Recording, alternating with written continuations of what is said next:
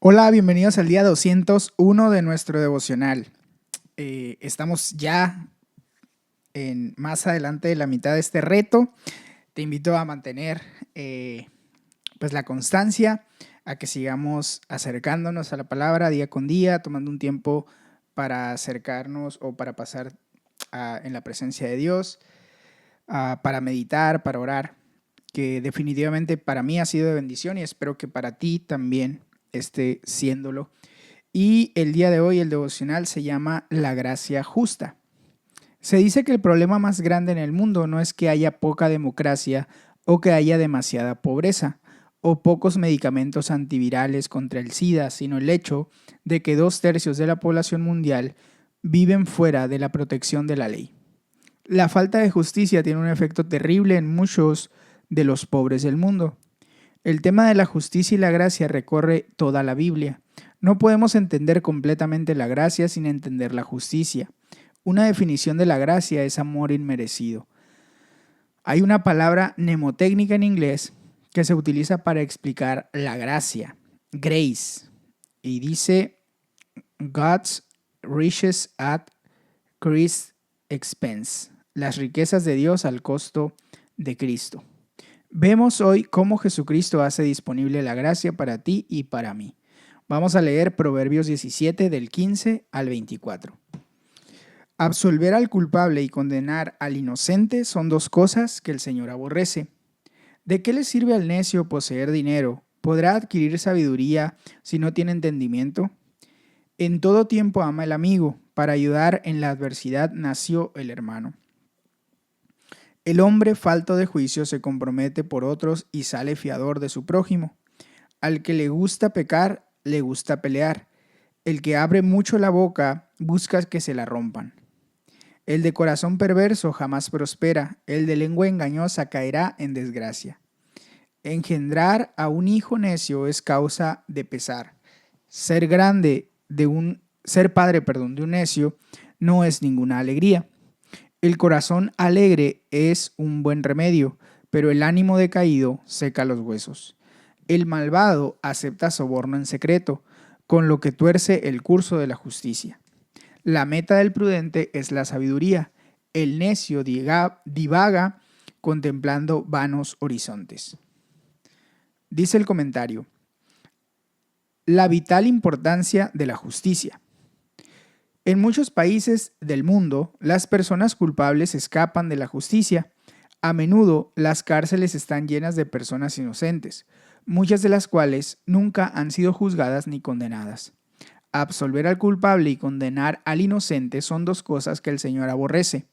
Ambas son formas horribles de injusticia. Son abominables para Dios y tienen un impacto perjudicial en la sociedad. Gran parte del problema es causado por el soborno. El malvado acepta soborno en secreto, con lo que tuerce el curso de la justicia. Un abogado de un país en vía de desarrollo me comentó un día que si querías que un caso llegara a los tribunales más rápido, sin la dilatación habitual, que era de aproximadamente 10 años, tenías que engrasar las ruedas, lo cual era un eufemismo para soborno. La lucha por la justicia es una responsabilidad seria. Requiere trabajo duro y podría conducir fácilmente al agotamiento. El libro de Proverbios está lleno de una sabiduría muy equilibrada. Nos recuerda la necesidad de la familia y los amigos. En todo tiempo ama el amigo, para ayudar en la adversidad nació el hermano. Además de la familia y los amigos, la diversión es importante. Gran remedio es el corazón alegre, pero el ánimo decaído seca los huesos. No te tomes a ti mismo demasiado en serio. Necesitamos reírnos de nosotros. La risa es como un entrenamiento interno. Ejercita tu alma y la mantiene saludable. Dice en la oración: Señor, muéstranos lo que quieres que hagamos como individuos y como iglesia para hacer que la justicia esté disponible para todos. Ayúdanos a mantener el equilibrio de nuestras vidas, al tomar nuestras responsabilidades en serio y aún así encontrando un espacio para la familia, los amigos y la diversión. Romanos 5 del 12 al 21. Vamos a leerlo. Dice así: por medio de un solo hombre el pecado entró en el mundo y por medio del pecado entró la muerte. Fue así como la muerte pasó a toda la humanidad, porque todos pecaron. Antes de promulgarse la ley ya existía el pecado en el mundo. Es cierto que el pecado no se toma en cuenta cuando no hay ley. Sin embargo, desde Adán hasta Moisés la muerte reinó, incluso sobre los que no pecaron, quebrantando un mandato, como lo hizo Adán, quien es figura de aquel que había de venir. Pero el pecado de Adán no pudo compararse con la gracia de Dios. Pues si por el pecado de un solo hombre murieron todos, ¿cuánto más el don que vino por la gracia de un solo hombre, Jesucristo, abundó para todos? Tampoco se puede comparar el regalo de Dios con las consecuencias del pecado de Adán. El juicio que lleva a la condenación fue resultado de un solo pecado, pero la dádiva que lleva a la justicia tiene que ver con una multitud de pecados. Pero la dádiva que lleva a la justificación, tiene que ver con una multitud de pecados. Pues si por el pecado de un solo hombre reinó la muerte, con mayor razón los que reciben en abundancia la gracia y el don de la justicia reinarán en vida por medio de uno solo, Jesucristo.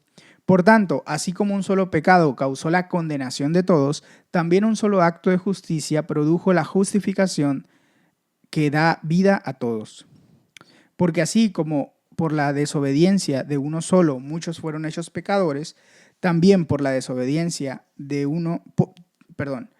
porque así como por la desobediencia de uno solo muchos fueron hechos pecadores, también por la obediencia de uno solo muchos serán hechos justos.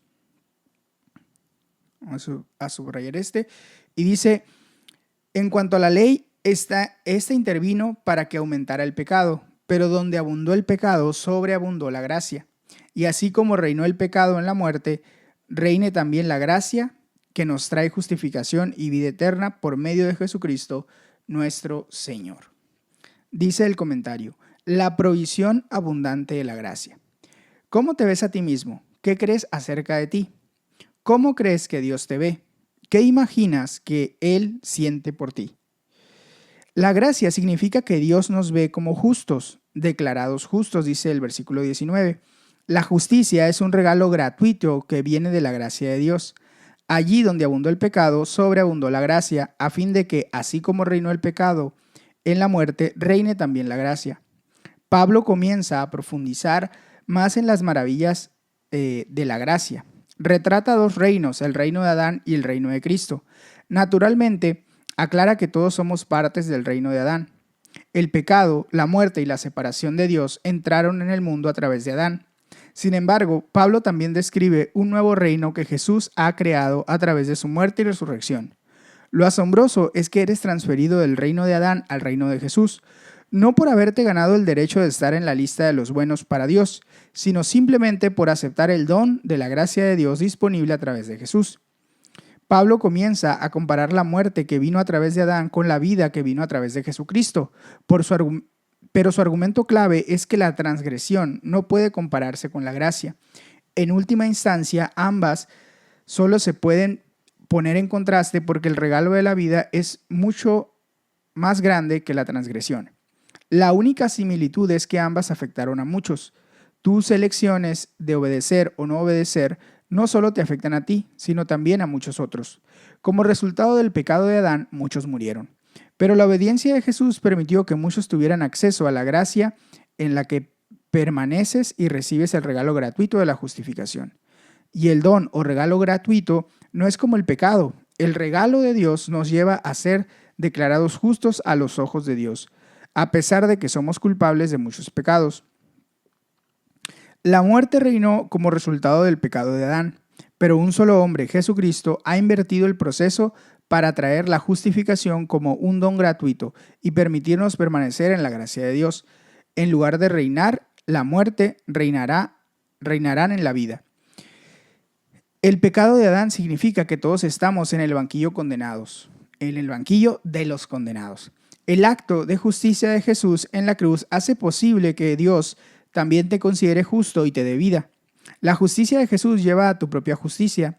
En palabras de The Message, más que únicamente sacarnos de problemas, nos metió en la vida. Por uno solo que desobedeció a Dios, muchos pasaron a ser pecadores, pero por uno solo que obedeció a Dios, muchos serán declarados justos. Jesús ha hecho posible el don de la gracia de Dios a través de su muerte en la cruz. El resultado de nuestro pecado es juicio y condenación. Si solo confiamos en la justicia y en la justicia por sí sola, eso es lo que recibiremos. Pero desde que Jesús murió en tu lugar, puedes recibir el regalo de la justificación. Dios puede ser justo y todavía te absuelve. Hay gracia justa. Jesús hizo posible la abundante provisión de la gracia y del don de la justicia de Dios. Recibes la justificación que trae a su vida, recibes la justificación que trae a su vez vida. Somos constituidos justos. Recibes la vida eterna por Jesucristo nuestro Señor. Todo esto es por gracia. Tienes que permitir que estas verdades penetren profundamente tu corazón. Verte a ti mismo como Dios te ve, como justo delante de Él, y creer que cuando Dios te mira, se complace contigo por lo que Jesús ha hecho por ti. Señor, te doy gracias por la muerte de Jesús en mi nombre. Gracias porque aunque merezco juicio y condenación, has posibilitado que sea justificado y reciba la justicia de Dios por gracia como un don. Amós 8:1 al 9:15. Vamos a leerlo.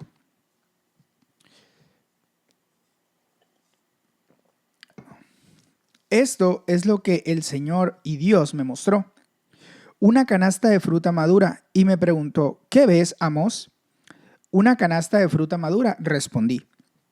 Entonces el Señor me dijo, ha llegado el tiempo de que Israel caiga como fruta madura. No volveré a perdonarlo. En aquel día, afirma el Señor y Dios, las canciones del palacio se volverán lamentos. Muchos serán los cadáveres tirados por todas partes. Silencio. Oigan esto, los que pisotean a los necesitados y exterminan a los pobres de la tierra. Ustedes dicen, ¿cuándo pasará la fiesta de luna nueva para que podamos vender grano o el día de reposo para que pongamos a la venta el trigo? Ustedes buscan achicar la medida y aumentar el precio, falsear las balanzas y vender los desechos del grano, comprar al desvalido por dinero y al necesitado por un par de sandalias. El Señor ha jurado por el orgullo de Jacob, jamás olvidaré nada de lo que han hecho. Y con todo esto, ¿no temblará la tierra? ¿No se enlutarán sus habitantes? ¿Subirá la tierra entera como el Nilo? ¿Se agitará y bajará como el río de Egipto? En aquel día, afirma el Señor y Dios, haré que el sol se ponga al mediodía y que en pleno día la tierra se oscurezca. Convertiré en luto sus fiestas religiosas y en cantos fúnebres todas sus canciones. Los vertiré de luto y afeitaré su cabeza. Será como si lloraran la muerte de un hijo único y terminarán el día en amargura. Vienen días, afirma el Señor y Dios, en que enviaré hambre al país. No será hambre de pan ni sed de agua, sino hambre de oír las palabras del Señor. La gente vagará sin rumbo de mar a mar, andarán errantes del norte al este, buscando la palabra del Señor, pero no la encontrarán. En aquel día se desmayarán de sed las jóvenes hermosas y los jóvenes fuertes, y caerán para no levantarse jamás los que juran por la culpa de Samaria. Los que dicen, tan cierto como que tu Dios vive, o Dan, tan cierto como que tu Dios vive, Berseba.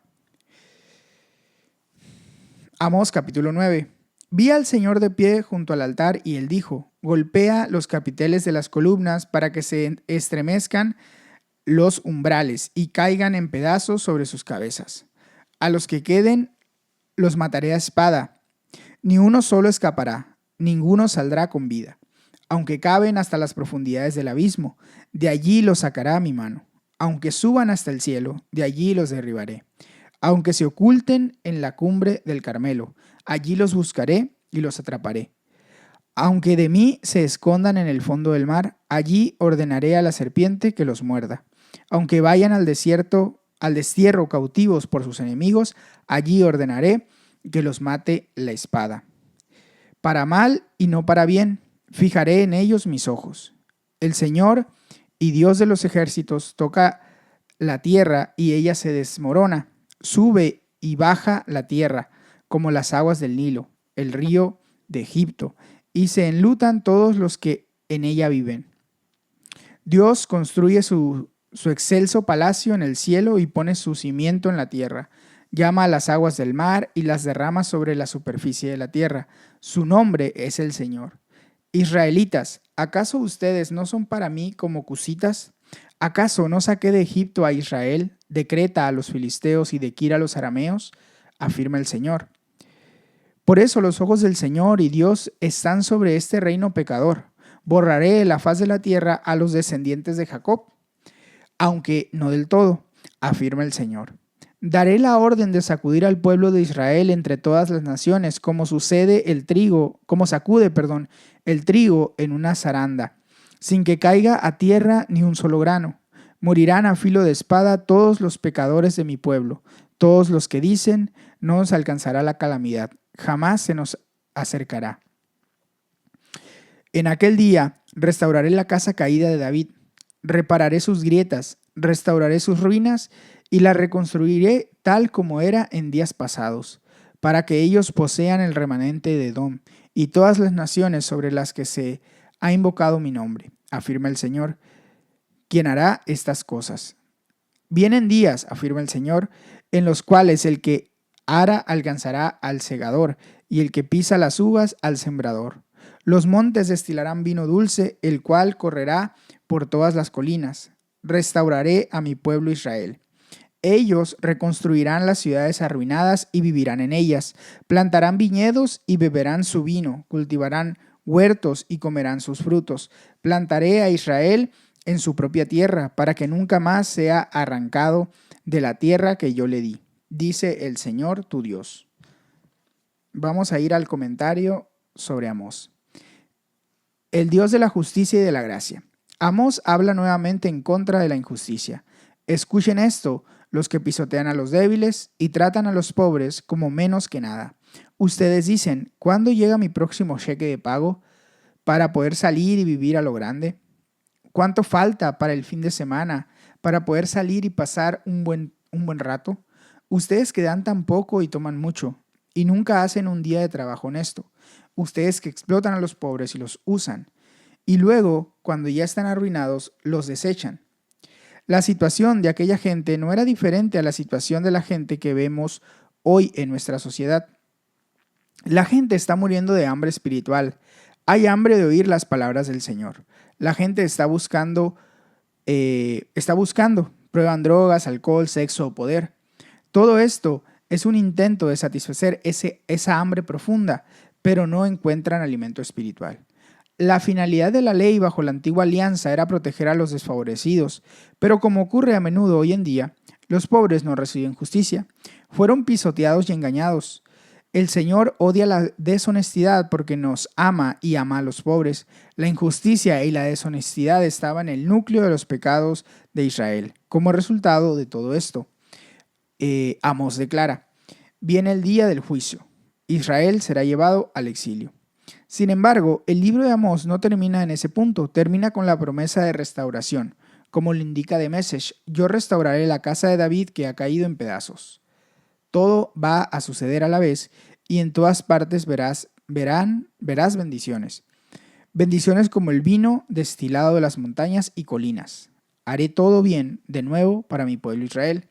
Reedificaré sus ciudades arruinadas, plantarán viñedos y beberán buen vino, trabajarán sus jardines y comerán sus cosechas. Y los plantaré allí, los plantaré firmemente en su propia tierra. Nunca más serán desarraigados de la tierra que les he dado. El futuro definitivo del pueblo de Dios fue más allá del mejor de sus sueños. Ni su pecado e injusticia podrían descarrilar en última instancia los planes de bendición de Dios. Es la misma dinámica que vimos en nuestro pasaje del Nuevo Testamento. La gracia y la misericordia de Dios superan por mucho nuestros pecados. En definitiva, Jesús hace posible que la justicia y el perdón vayan de la mano. Dice la oración, Señor, te damos gracias porque eres un Dios de justicia y de gracia. Te damos gracias porque por el derramamiento del Espíritu Santo vemos ahora una irrupción de ese futuro. Oramos para que triunfe la justicia, que podamos ver una reconstrucción de las iglesias arruinadas y un incremento en la plantación de iglesias, que el vino nuevo del Espíritu Santo y una gran efusión de la gracia destilen de las montañas. Pipa añade sobre Romanos 5:20, allí donde abundó el pecado, sobreabundó la gracia. El The Message traduce este versículo así: pero el pecado no lo hizo y no tiene la posibilidad de competir con el perdón agresivo que llamamos gracia. Creo que es por eso que a menudo en las prisiones encontramos tanta fe, amor y vidas transformadas. Cuanto más oscuridad hay, la luz brilla más esplendorosa. Hasta aquí llega el devocional de hoy. Te invito a que tomes un tiempo para reflexionar, meditar y orar de manera personal, y también que si este devocional está siendo de bendición para tu vida, lo compartas con alguien más. Que el Señor te bendiga y que tengas excelente día. Hasta mañana.